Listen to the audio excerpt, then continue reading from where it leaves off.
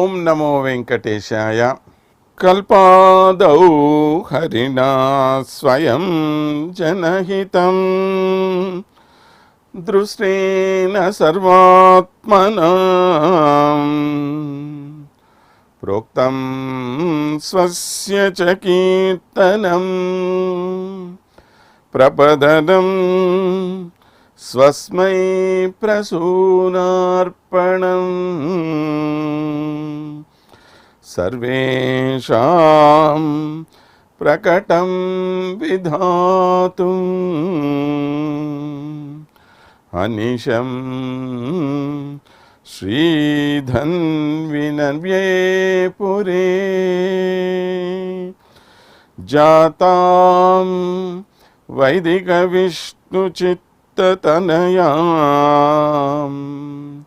गोदां उदारां स्तुमः।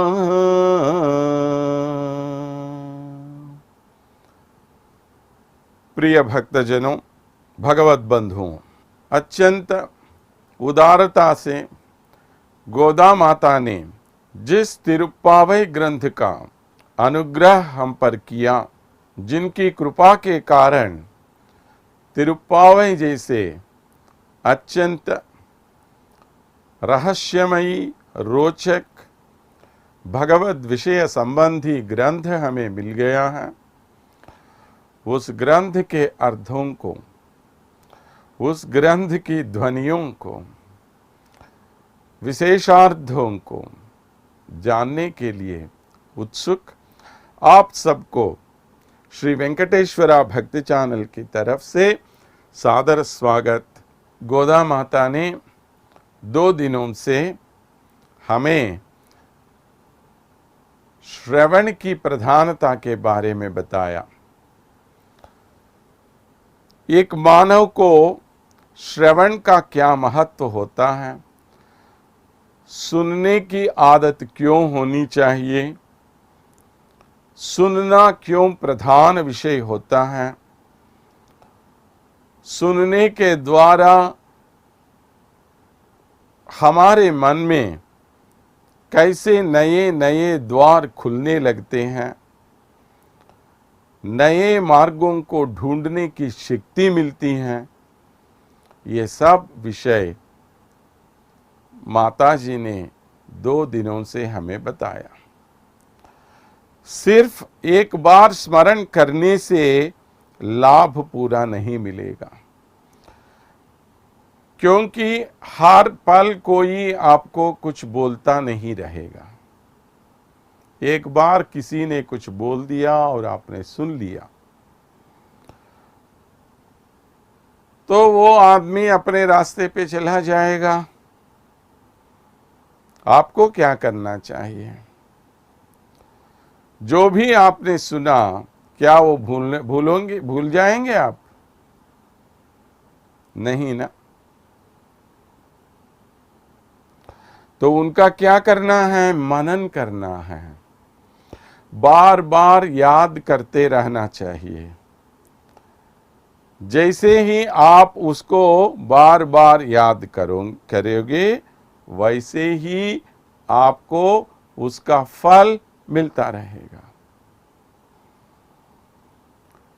तो श्रवण के बाद मनन की बहुत ताकत होती है। ये श्रवण भी 3 प्रकार का होता है। माने सुनना। कैसे? पहले शास्त्रों को सुनना। शास्त्रों को कैसे सुनते हैं हम? अभी जो पक्षियों की जो चिड़ियाहट हमें माता ने सुनाई है, और भरद्वाज पक्षी एक दूसरे से बिछुड़ने के पहले कैसे एक दूसरे से बात कर रही हैं, ये सब सीधे श्रवण के बारे में हमें बताने वाली है। माने ये प्रत्यक्ष श्रवण है, सीधा हम अपने कानों से सुनते रहते हैं। दूसरा श्रवण है अनुमान से ग्रहण करना। अनुमान माने अंदाजा। तो एक विषय को जानने के पहले पूरी तरह हम उसको उसी रूप में नहीं सुनते, उसके अंदर की ध्वनि को हम समझते हैं। उदाहरण के लिए देखिए, कहीं पर कुछ भयंकर शब्द आपको सुनाई दे, तो ये शब्द को सुनते ही आपको कैसे लगना चाहिए, आप बताइए? या तो डर, या तो उत्सुकता, कुछ ना कुछ भाव तो होते हैं ना। डर क्यों लगता है? क्योंकि इसके पहले जब इस प्रकार की ध्वनि आपने सुनी, उस समय एक तरफ का भूकंप आ गया है और उस भूकंप में कई लोग मारे गए। तो फिर से जब आप ऐसी ध्वनि सुनते हैं तब आपको क्या लगता है? डर लगता है। क्या आपको मालूम है कि भूकंप आ गया है? नहीं, लेकिन इस शक्ति से, इस ध्वनि से आप उसका अनुमान लगा रहे हैं, अंदाजा लगा रहे हैं, शायद यही होगा। तो इसको कहते हैं अनुमान से ग्रहण करना। तो अभी जो शंख की ध्वनि है और दो दधिमथन की ध्वनि है, उसको क्या आपने सीधा सीधा सुन लिया? कहीं से वो आवाज आ रही है, उस आवाज की आपने ऐसी कल्पना की। जहां से शंख ध्वनि आ रही है उसके सामने आप खड़े नहीं हुए, जहां से ये दधिमथन की ध्वनि आ रही है वहां पर आप नहीं रहे। लेकिन आपको कैसे मालूम है कि ये दधिमथन की ध्वनि है या ये शंख की ध्वनि है? क्योंकि इसके पहले कभी आपने कहीं सुना होगा इसे, इसलिए आप अंदाजा लगाकर बोल देते हैं कि ये फलाना ध्वनि है। जैसे कहीं से धूप निकल रही है तो उसको देखते ही आप बोलेंगे कि कहीं कुछ आग लग गई है। आपको कैसे मालूम है कि आग को? क्या आपने देखा? नहीं देखा, लेकिन धूप को देखकर आपने अंदाज लगाए कि यहां पर आग है, क्योंकि कई बार आपने देखा होगा, इसके लिए आपको ऐसा लग रहा है। तो ये होता रहता है जीवन में। हमें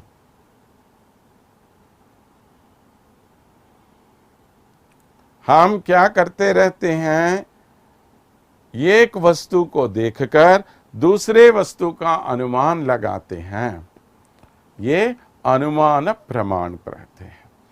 पहला जो प्रमाण है वो प्रत्यक्ष प्रमाण, ये जो है अनुमान प्रमाण।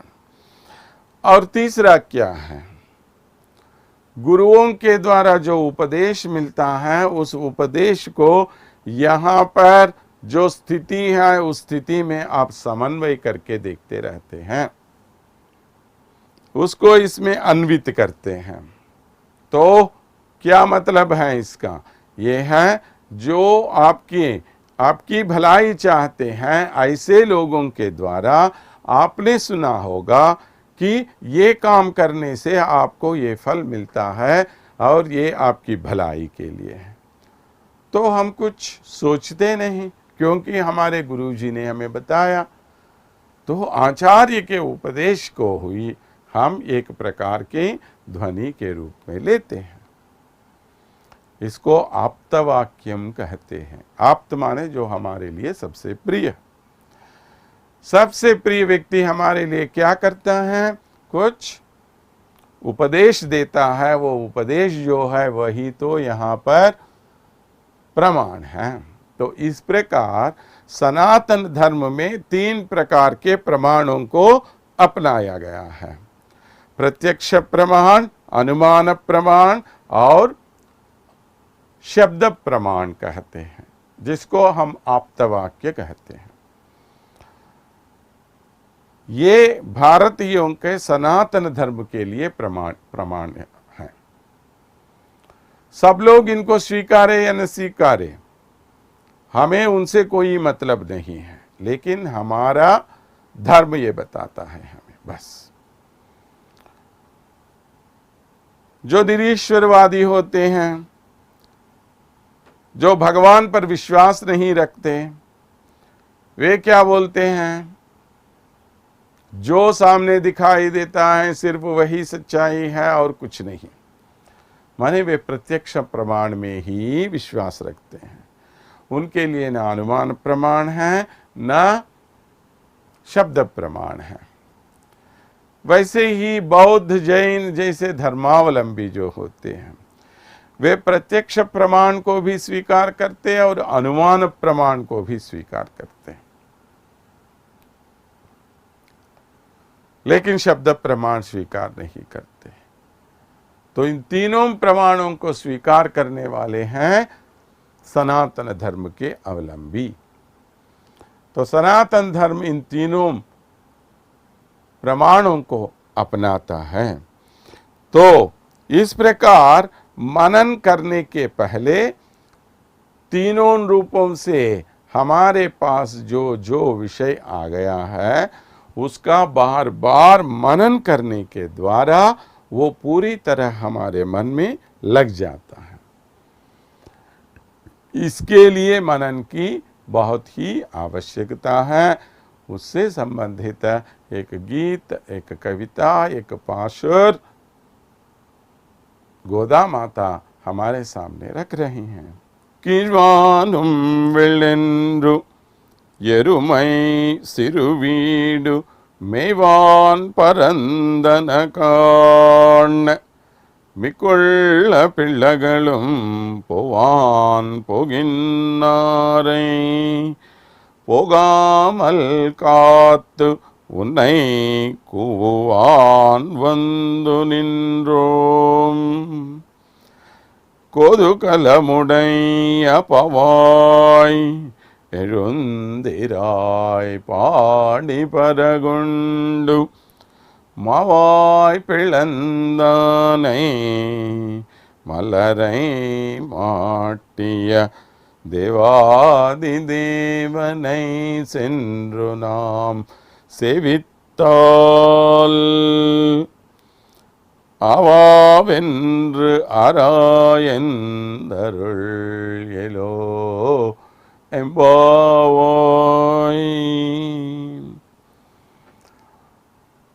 सुबह होने के लिए या उसके सूचक के रूप में गोपिकाएं बता रही हैं कि देखो, हर एक घर से गाय भैंस सब वन में जा रहे हैं। सभी जानवरों को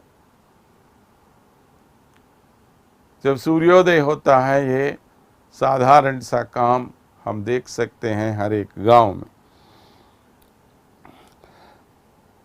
और जो बच्चे इस व्रत में भाग लेने के लिए व्रतस्थली तक जा रही हैं, उन्होंने जान लिया कि आप अंदर सो रही हैं, तो आपको बुलाने के लिए आपके घर के पास आ गए हैं वे। तो हम सबका यही कर्तव्य है कि हम जाकर श्री कृष्ण के बारे में स्तोत्रगान करेंगे। ऐसा श्री कृष्ण जिसने केशी नामक राक्षस का संहार किया, जिसने चाणूर मुष्टिक नामक 2 मल्लयुद्ध वीरों का नाश किया, और जिसने कोलयापीड़ नामक हाथी का गर्व हरण कर दिया, जो देवाधिदेव हैं, ऐसे स्वामी के पास जब हम स्वयं पहुंचेंगे तो स्वामी हमसे बहुत ही प्रसन्न होंगे। इसलिए आ जाओ आप भी हमारे साथ। ऐसा इन्होंने आज अंदर सो रही कन्या को उठाने के लिए कह दिया। ये है साधारण सा वर्णन इस पाशुर के बारे में। अब इसका विशेष अर्थ जानने का प्रयास करेंगे। कीर्वाणम विलेन्द्र, इन्होंने कहा देखो वहां पूरब की दिशा में पूरी तरह प्रकाश आ गया है, माने सूर्योदय हो गया है। सूर्योदय होने का अर्थ है हमें श्री कृष्ण से जाकर मिलने का।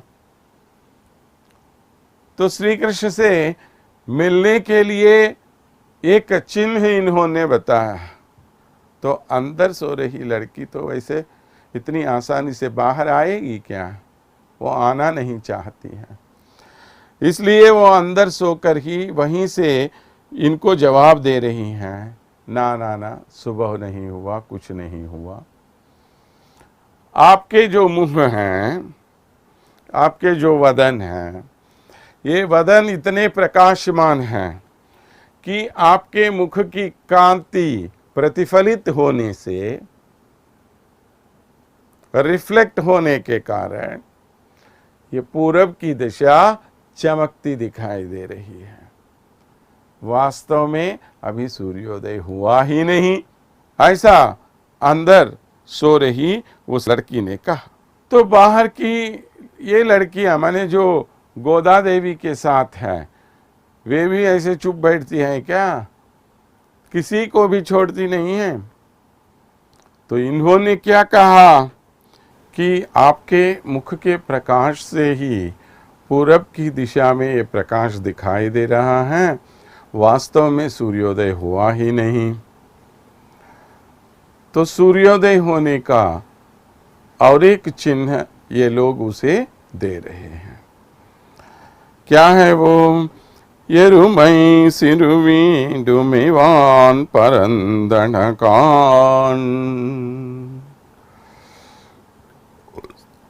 सूर्योदय होने के थोड़े पहले ही क्या करते हैं, इन जानवरों को, माने जो गाय भैंस वगैरह होते हैं, उनको एक छोटी सी जगह पे भेज देते हैं।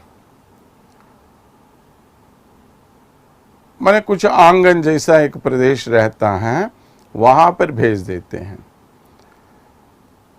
तो वहां बर्फ की बूंदों से ये घास भरा रहता है। ऐसा घास खाने पर ये गायें या भैंसें ज्यादा दूध देती हैं, इसलिए पहले उनको वहां भेजते हैं और वे वापस आ जाती हैं। तब दूध दह के, पूरा दूध निकाल के फिर से गाय चराने के लिए ले जाते हैं। वो कुछ आसपास 9-10 बजे के पास तब चले जाते हैं ये सभी जानवर घास चराने। तो अभी अभी इन जानवरों को इस छोटे से आंगन में भेज दिया है। तो जो पिछवाड़ा है वहां पर भेजा गया है इसको। तो यरुमई सिरुवी डुमेवान परंदनगोन, माने जो जानवर अभी बाहर गए हैं, बाहर गए हुए हैं जानवर फिर वापस आ जाएंगे। तो साधारण सी बात है। माने हमारे मन के गुण भी ऐसे ही हैं। हमारे मन में भी जानवरों के जैसे कुछ गुण हैं, जैसे अविद्या। अविद्या पहला गुण है जो जानवरों में और मानवों में समान रूप से है। मानव भी जानवरों की तरह अविद्या से है, विद्या विहीन होता है, इसीलिए विद्याहीन पशुहु कहते हैं।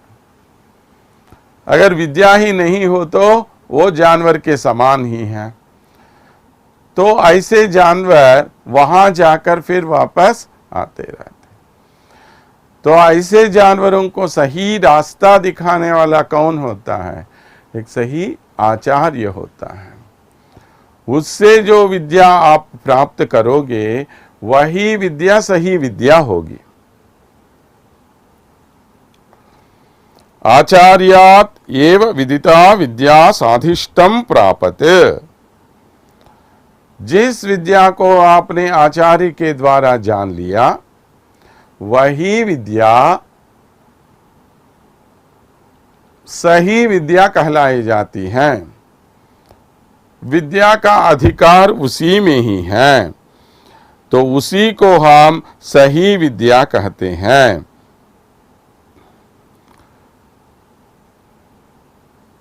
तो इस प्रकार जानवरों की तरह हम लोग भी रहते हैं और हमें सही रास्ता दिखाने वाला आचार्य होता है, और उनके साथ साथ जाने के लिए तैयार हैं सभी भक्तगण, माने सभी बच्चे। मिकुल्ल पिल्लगलों पोवान पोगिन्नारै पोगामल कात्तु उन्नै कूवान वंदो निन्नोम वंदु निन्नोम।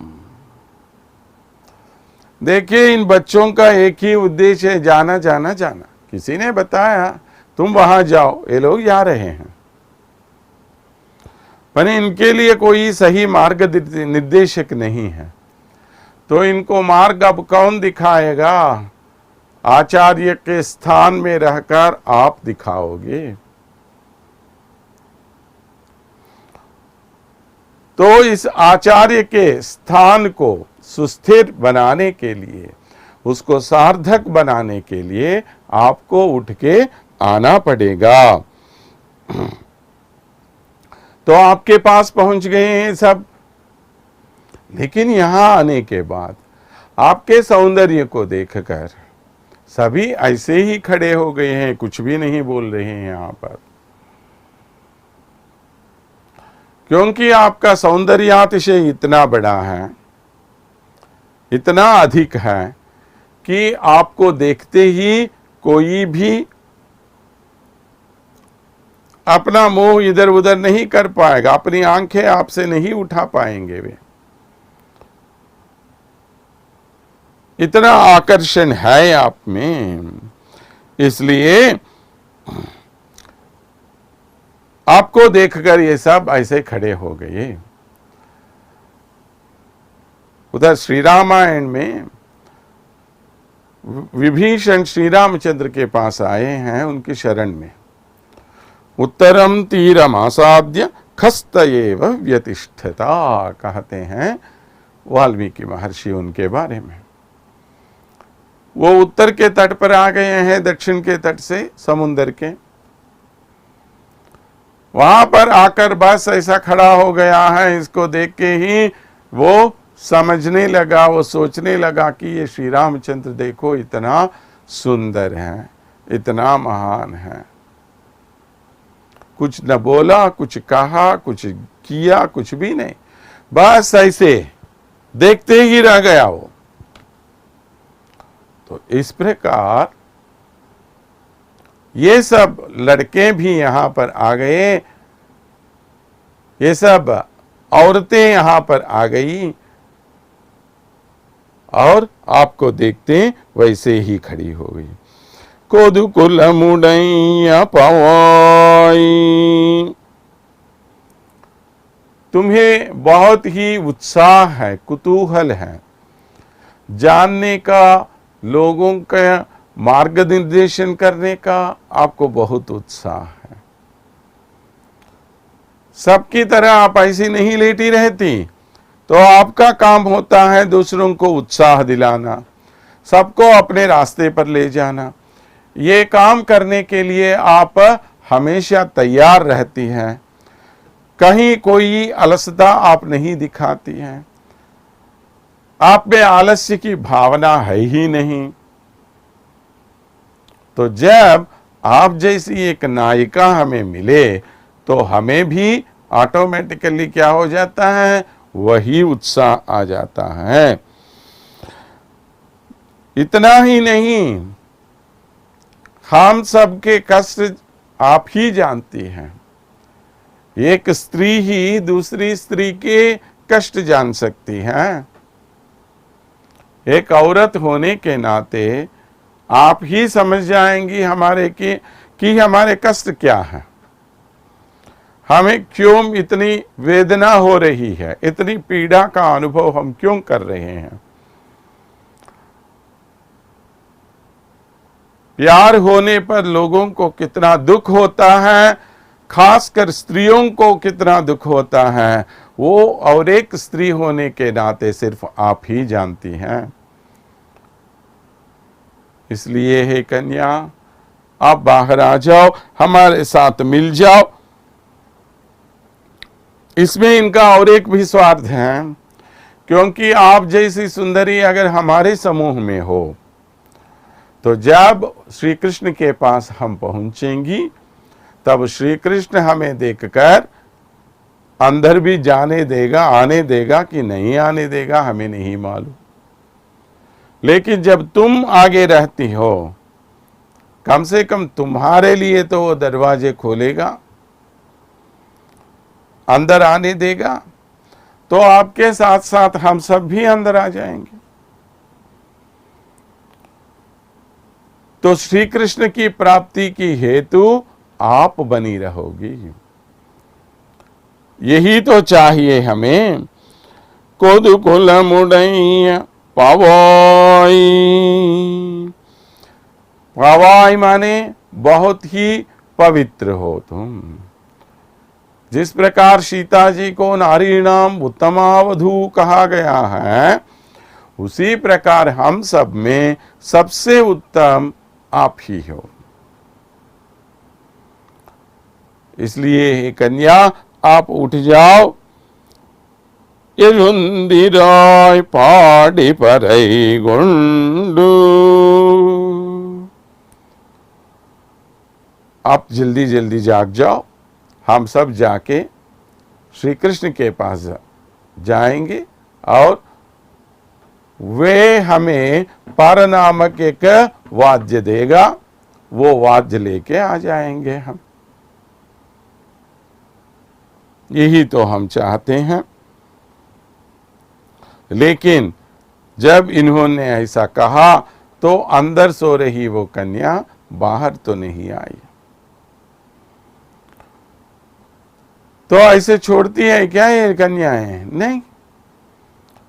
तो वे श्री कृष्ण के जो कष्ट हुए हैं उन मुसीबतों के बारे में कहने लगे, ताकि ये सब सुनकर अंदर रहने वाली वो औरत दौड़ दौड़ के बाहर आ जाए।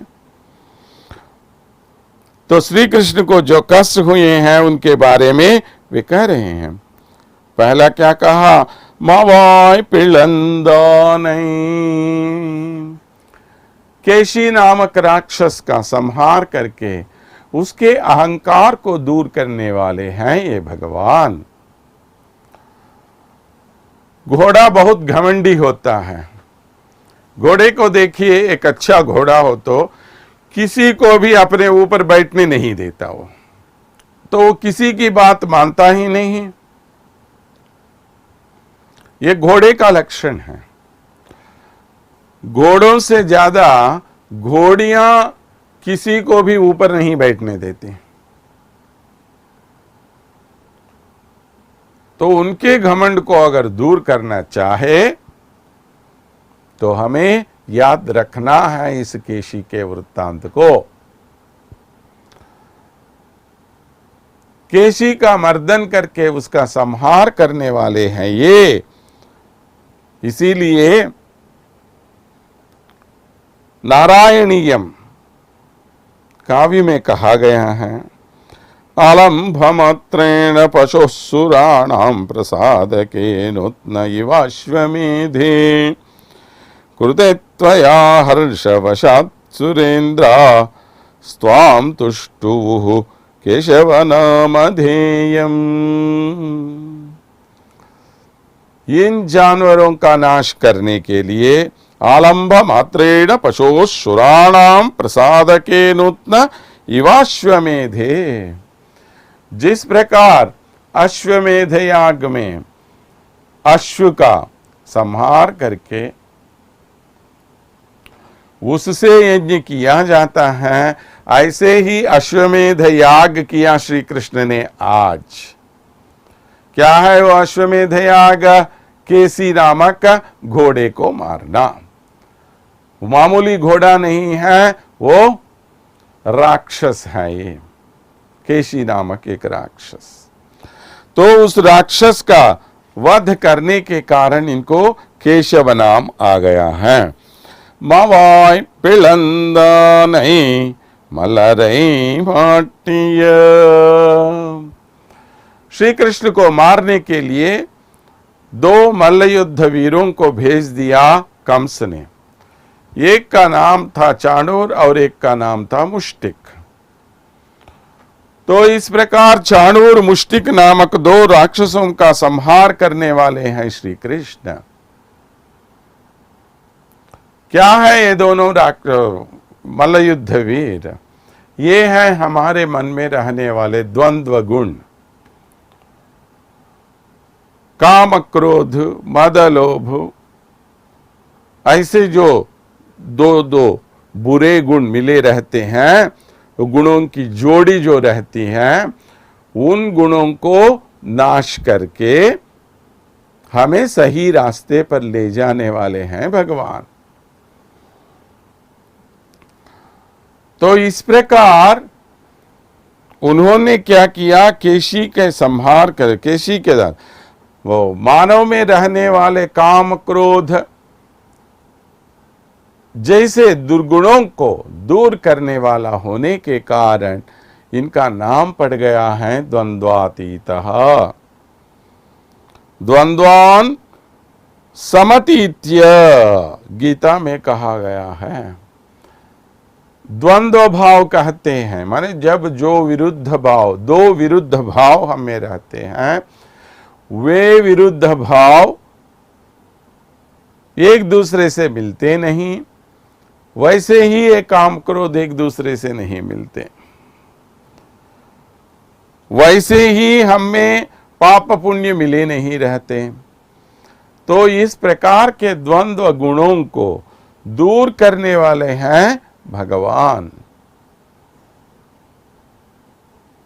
ऐसे भगवान हैं यहां पर रह रहे श्री कृष्ण भी।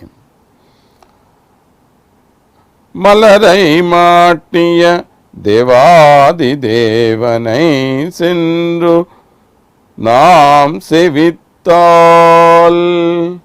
देवाधिदेव नहीं, सभी देवताओं के लिए अधिदेवता है ये।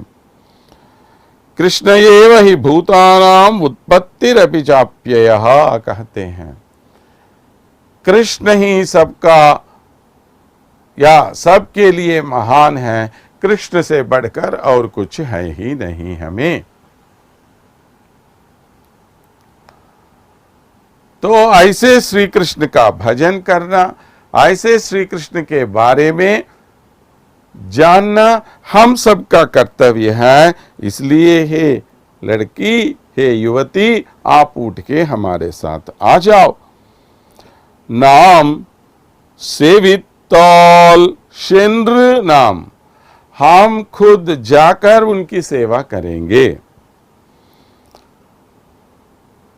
आवावेंद्र आरायेंद्र, जब हम ऐसे करेंगे तब श्री कृष्ण बोलेगा, अरे अरे अरे अरे अरे, मुझे आकर आपकी रक्षा करनी चाहिए थी, लेकिन आप आकर मुझसे प्रार्थना कर रही हैं। अब तक मैं क्यों चुप बैठा हूं? इस प्रकार चुप बैठने से क्या आपके कष्ट दूर हो जाएंगे? नहीं होंगे। तो आपके कष्ट दूर करने का काम किनको करना है? सिर्फ मुझे करना है।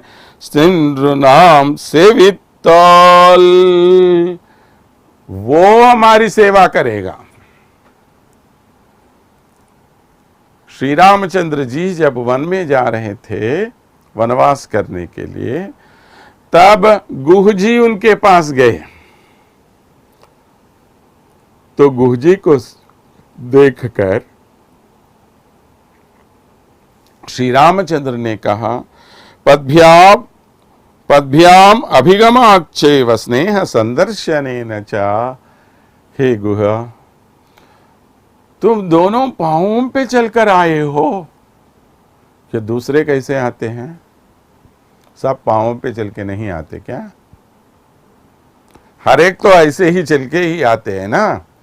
लेकिन देखिए क्यों पूछ रहे हैं ऐसा? क्योंकि उनको इतना प्रेम हो गया उनसे, श्री रामचंद्र को, गुह से।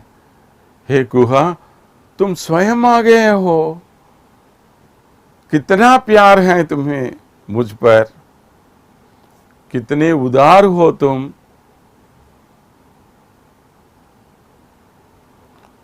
आखिर इन सबको अंदर बुलाया किसने? उसी ने। लेकिन जब वे लोग आए तो क्या बोल रहे हैं? अरे रे रे रे रे रे, आप स्वयं आ गए हो, कितना कष्ट उठा लिया आपने हमारे लिए। तो इस प्रकार आनंद विभोर होकर वे हमारी सेवा करेंगे। तो भगवान हमेशा चाहता है कि अपने भक्तों की इच्छाएं पूरा करे। जब वो इस प्रकार उनकी इच्छाएं पूरा नहीं कर पाएगा तो भगवान को बहुत दुख होता है।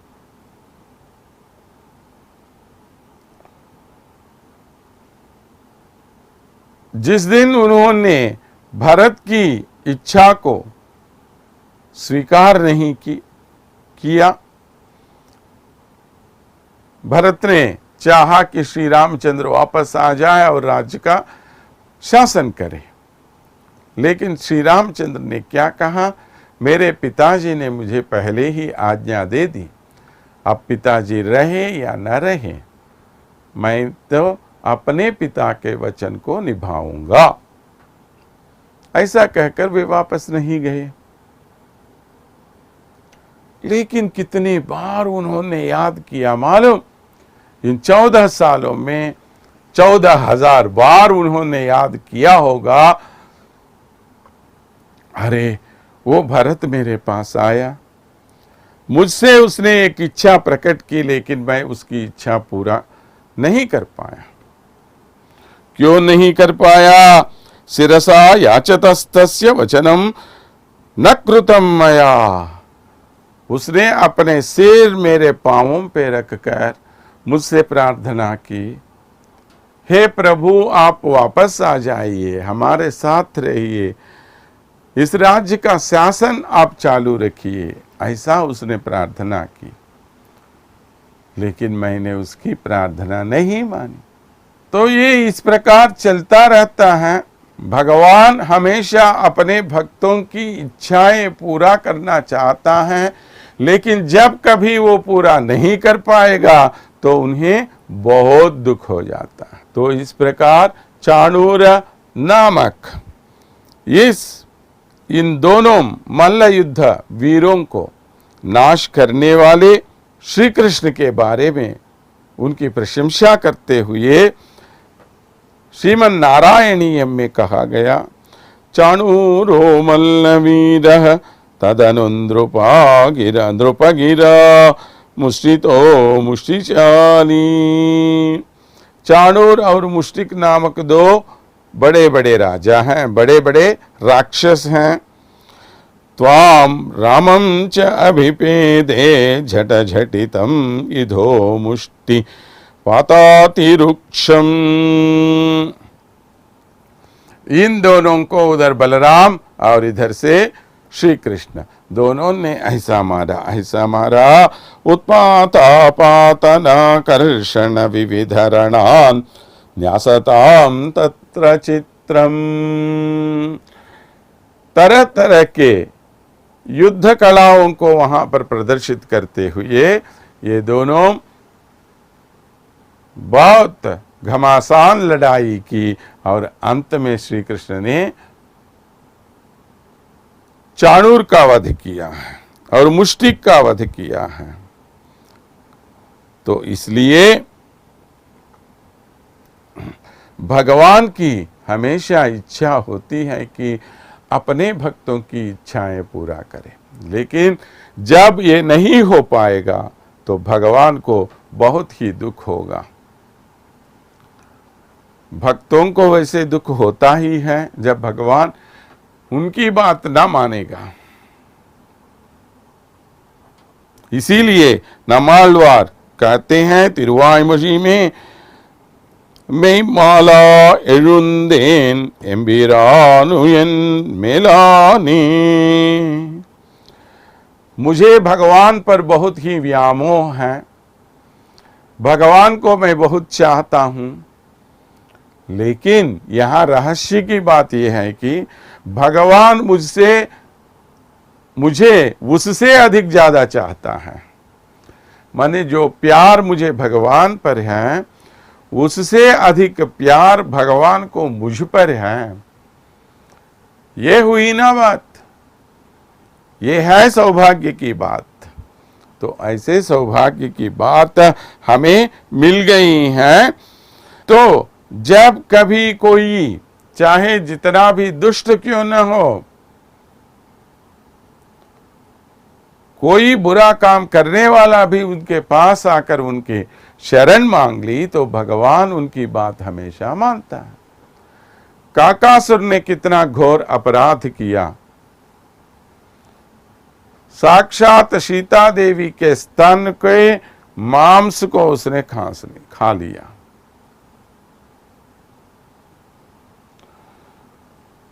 तब जाके श्री रामचंद्र ने उस पर यह ब्रह्मास्त्र छोड़ दिया। तो उससे डरकर काकासुर तीनों लोकों में घूम कर वापस आया, लेकिन किसी ने उसकी शरण नहीं की। ये कहकर कि श्री रामचंद्र के हाथ से निकला हुआ बाण जो है उससे कोई भी आपको बचा नहीं पाएगा, इस प्रकार उन्होंने कह दिया। तब जाके श्री रामचंद्र से शरण मांगी तो श्री राम ने तुरंत उनको शरण दे दिया। ये है भगवान की कृपा। भगवान तो हमेशा ऐसे काम करते रहते हैं। तो हम सब का क्या कर्तव्य होगा अभी? नाम सेविताल आरायंद अरुल, तो हम पर कृपा करेगा वे। अयो अयो क्या हो गया बोल के। तो इस प्रकार हम सब में एक प्रकार की दुष्ट भावनाएं ऐसे ही रह जाती हैं। हम ये भी नहीं जानते हैं कि ये दुष्ट भावनाएं हैं, क्योंकि हमारा मन पूरी तरह अविद्या से भर गया है। अविद्या माने कौन सा सही है कौन सा सही नहीं है ये ज्ञान नहीं होता तो वो अविद्या है। तो हमें आखिर ये ज्ञान भी नहीं है कि कौन सा हमारा काम है, कौन सा हमें अपनाना है और कौन सा हमें छोड़ना चाहिए। तो ये अविद्या और मलिन माने असफाई जो होती हैं, ये दोनों जब से हम पैदा हैं तब से ही हमारे मन के अंदर है। तो उनके साथ साथ बीच में ईर्ष्या, दूसरों को अपकार करना, ईर्ष्या करना, अमर्षण, ये सभी गुण भी दोष भी हम में छा जाते हैं। तो इन दोषों को हम कैसे दूर कर सकते हैं? ईर्ष्या को दूर करने के लिए हम में मैत्री होनी चाहिए, दोस्ती होनी चाहिए। देखिए, अगर आप किसी भी स्कूल या कॉलेज में पढ़ते होंगे तो आपके किसी सहाध्यायी के पास एक बहुत अच्छा पेन देखा, कुछ मोबाइल फोन देखा, कुछ तो देखा आपने जो आपके पास नहीं है। तो इसलिए आपको क्या हो गई, ईर्ष्या हो गई। ये ईर्ष्या कब खत्म होगी, जब उसका फोन टूट जाएगा, तब आपकी ईर्ष्या खत्म हो जाएगी। लेकिन अगर ये प्रश्न अगर हम पूछेंगे कि क्या ये सही है, जो आपके पास नहीं है ऐसी चीज दूसरों के पास होने पर आप में इस प्रकार की ईर्ष्या हो रही है और उस वस्तु को नाश करना चाहती हैं, क्या ये सही है? लोग आपसे पूछ सकते। सही नहीं। तो उस ईर्ष्या को दूर करने के लिए क्या रहना चाहिए? हमें संतोष होना चाहिए। जो भी हमें मिला है उससे अगर हम खुश होंगे तो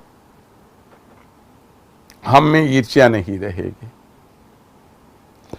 वैसे ही जब दूसरों को अपकार करने की इच्छा तुम्हें होती है, उसे कैसे दूर कर सकते हैं? करुणा के द्वारा दूर कर सकते हैं। जब आपके मन में ये करुणा का भाव रहता है, तब आप किसी का अपकार नहीं करेंगे। वैसे ही असूया, इसे दूर करने के लिए संतोष चाहिए। वैसे ही अमर्ष, अमर्ष माने किसी से अकारण द्वेष, ये अमर्ष।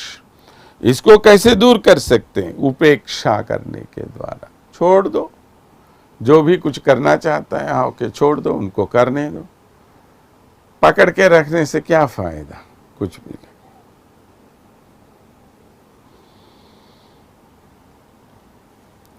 तो आचार्य की सन्निधि में जब हम रहते हैं तो हमारे सभी इंद्रिय, हमारे राग द्वेष जैसे गुण,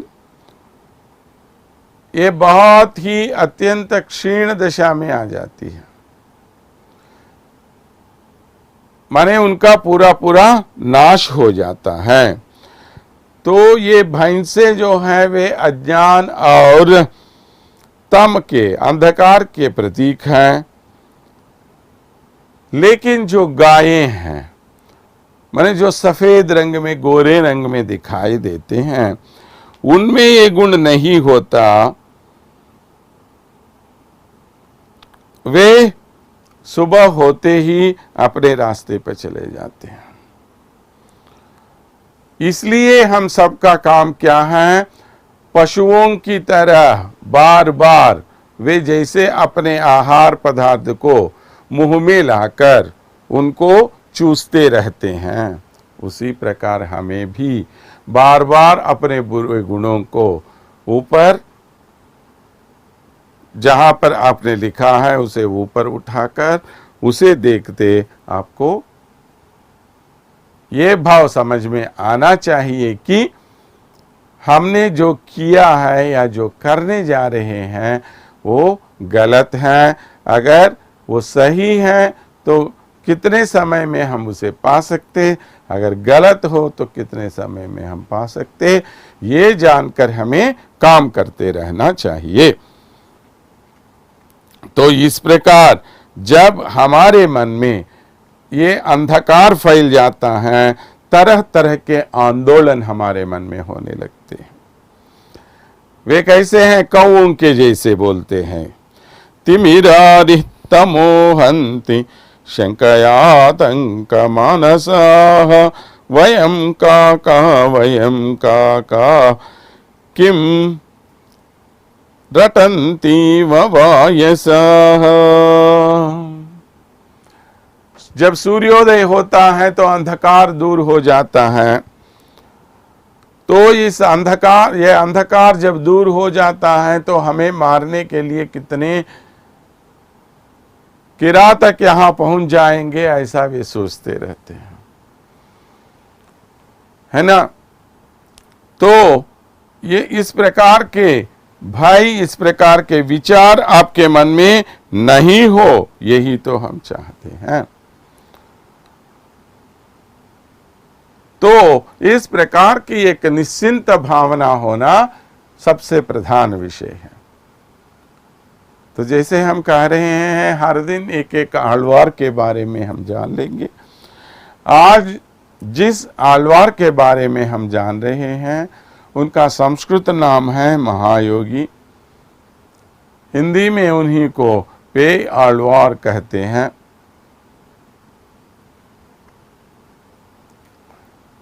तो ये पेय आलवार जो है मयलापुर में, मद्रास में जो मयलापुर प्रांत है उस मयलापुर में मिले हैं।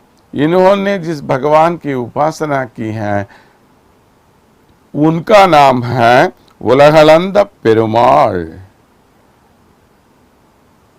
जो मयलापुर के आजू बाजू में है। तो वे साक्षात श्रीमन नारायण के हाथ के तलवार नंदकम नामक तलवार है, वो नंदक के प्रतीक हैं ये। इन्होंने तीसरे 100 पाशुरों की कृपा की है, इसलिए उनको माने उन्होंने जो लिखा उसको मुनरम तिरुवंदादी कहते हैं। ऐसे मुनरम तिरुवंदादी लिखने वाले हैं ये महापुरुष। तो अब तक 3 महापुरुषों को हमने नींद से जगाए। एक है पेयालवार, एक पोगई आलवार, एक पोदत्ता आलवार। इन तीनों से संबंधित एक बहुत ही रोमांचक कहानी है। एक बार एकाउन पेयालवार कहीं गए, पोगई आलवार, वहां पर बड़ी जोर से बारिश हो रही थी। तो ये किसी घर के आंगन में गए और वहां के उस घर के यजमान से प्रार्थना की कि जब तक बारिश होगी तब तक वे आंगन में वहां सो जाएंगे। तो उन्होंने कहा वो कि स्वामी ऐसे ही सो जाइए। तो ये वहां पर सोए हुए हैं। बहुत छोटी सी जगह है, वो इतनी जगह में सोए हुए हैं। तो तभी वहां पर आए महायोगी यानी पेयालवार। तो तब बारिश हो रही थी, तो वो भी वहां पर सिर्फ इस घर के अलावा और कुछ नहीं था, वो भी वहीं पर आ गया है, उसी चट्टान पे पहुंच गए हैं। तो जिस जगह पर एक आदमी सो सकता है उसी जगह में 2 लोग बैठ सकते हैं। तो हमारे पोगई आलवार बैठ गए और पेयालवार से कहा आप भी आके यहां बैठ जाइए। तो दोनों बैठे रहे। फिर भी जगह तो वैसे ही है। तो तभी वहां पर पहुंच गए हैं हमारे पेयालवार, पोदत्ता आलवार, पेयालवार और पोगई आलवार, तीनों हो गए हैं। तो जब तीसरा आदमी आ गया, जिस जगह पर 2 आदमी बैठ सकते हैं वहां पर तो 3 खड़े हो सकते हैं। तो तीनों खड़े हो गए। इस प्रकार 3 महापुरुष जहां पर एकत्रित हुए, उसे देखते ही श्रीमन नारायण बहुत प्रसन्न हो गए। देखो इतने बड़े भक्त मेरे यहां पर एकत्रित हुए हैं। तो उन तीनों के बहुत निकट से देखने की इच्छा से वे एक प्रकाश के रूप में वहां पर पहुंच गए। तो अचानक उन्हें लगने लगा कि जिस जगह पर ये खड़े हैं वहां पर बहुत ही कम जगह को महसूस करने लगे ये। तो तीनों ने दिव्य दृष्टि से देखा तो वहां प्रकाश के रूप में इन तीनों के बीच में खड़े हुए हैं श्रीमन नारायण जी। तो सबने अपने अपने तरीके से श्रीमन नारायण की बहुत सारी प्रार्थनाएं की हैं। लेकिन कहने का मतलब यही है कि जब इस प्रकार के 3 महापुरुष रहते हैं तो साक्षात भगवान भी नीचे आ जाते हैं। वैसे ही आ गए यहाँ पर भगवान इन तीनों को देखने के लिए। वही आपको पहले बताया गया है, वहां पर एक प्रकार का प्रकाश दिखाई दे रहा है। वो प्रकाश और कुछ नहीं है, इन तीनों के मिलन देखने के लिए आए हुए श्रीमन नारायण का प्रकाश ही है। ऐसा मानकर आज हमने इस महायोगी को नींद से जगाया। ये समझकर फिर और एक पाशुर में और एक रूप से हम ये अर्थ जानने का प्रयत्न करेंगे। तब तक स्वस्ति।